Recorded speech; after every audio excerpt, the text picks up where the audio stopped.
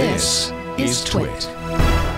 As we talked about at the top of the podcast, Marriott 2 years ago in 2016 purchased the so-called Starwood properties, which was a whole bunch of different things. I know that in your conversation with Bruce Schneier on Friday, he mentioned that he was a customer of some Starwood assets. That's W Hotels, the St. Regis, Sheraton Hotels and Resorts, Westin Hotels and Resorts, Element Hotels, Aloft Hotels, the Luxury Collection, Tribute Portfolio, Le Méridien Hotels and Resorts, 4 Points by Sheraton and Design Hotels, and even the Starwood branded timeshare properties. So, you know, a whole bunch of very well-known hotel chains purchased 2 years ago, acquired by Marriott. It turns out that what we are just now learning is that 2 years before then, something apparently crawled in to the Starwood network and set up shop. A classic APT, Advanced Persistent Threat, which had been there. As a consequence of that, Marriott has been forced to disclose that they're still sort of determining the scope of this, but and they said that they had not yet finished identifying duplicate information in the database, but believe it contains information on up to approximately 500 million guests who made a reservation at a Starwood property going back to as early as 2014. They said for approximately 327 million of 327 million of these guests, the information includes some combination of their name, mailing address, phone number, email address. So physical mailing address, phone number, email address, passport number, Starwood preferred guest account information, their date of birth, their gender, their arrival and departure information, reservation date, and communication preferences. They said for some, the information also includes payment card numbers and payment card expiration dates.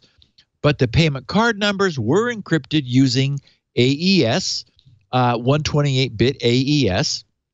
There are two components which are needed to decrypt the payment card numbers. And they wrote, at this point, Marriott has not been able to rule out the possibility that both were also taken.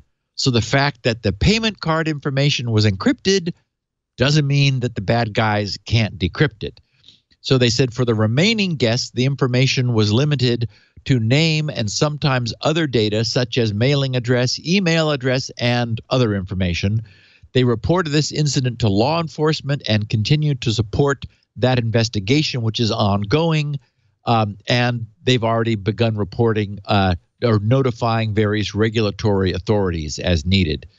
So, this doesn't rise to, believe it or not, the largest breach ever. However, it's now solidly in number 2. The largest breach ever was that massive 3 billion user breach reported by Yahoo back in 2016.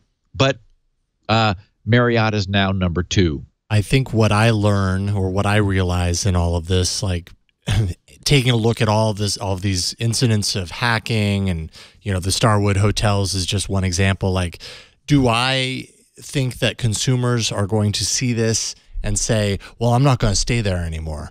And I think people are just getting so complacent at this point. You know what I mean? Like it feels, and I know you know this better than anybody, it feels like an everyday occurrence at this point. And so as that happens, it just becomes more and more muted. So thankfully, hopefully they're holding their actions to hold their feet to the fire, because I'm not sure that consumers are even doing that anymore. Consumers like, oh, this is part of technology. I guess we just get used to it, and that's the problem. Yeah. Well, and one could argue too that big as these numbers are, if the credit card information is old, well, I mean, no one wants their credit card information to get lost, but it happens. I mean, for whatever reason, I mean, I was an early adopter of credit card purchasing on the internet, and I've told this story before. I used to fly to Northern California. I still do annually to visit my family on the holidays. And back in the day, I used a travel agent. And when I would give her a call, she'd say, "So, Steve, same credit card, or did that get compromised?" And as often as not, I would say, "Well, Judy, yeah, I got a new card because there were some bogus charges on my last one, and so I've had to change my number."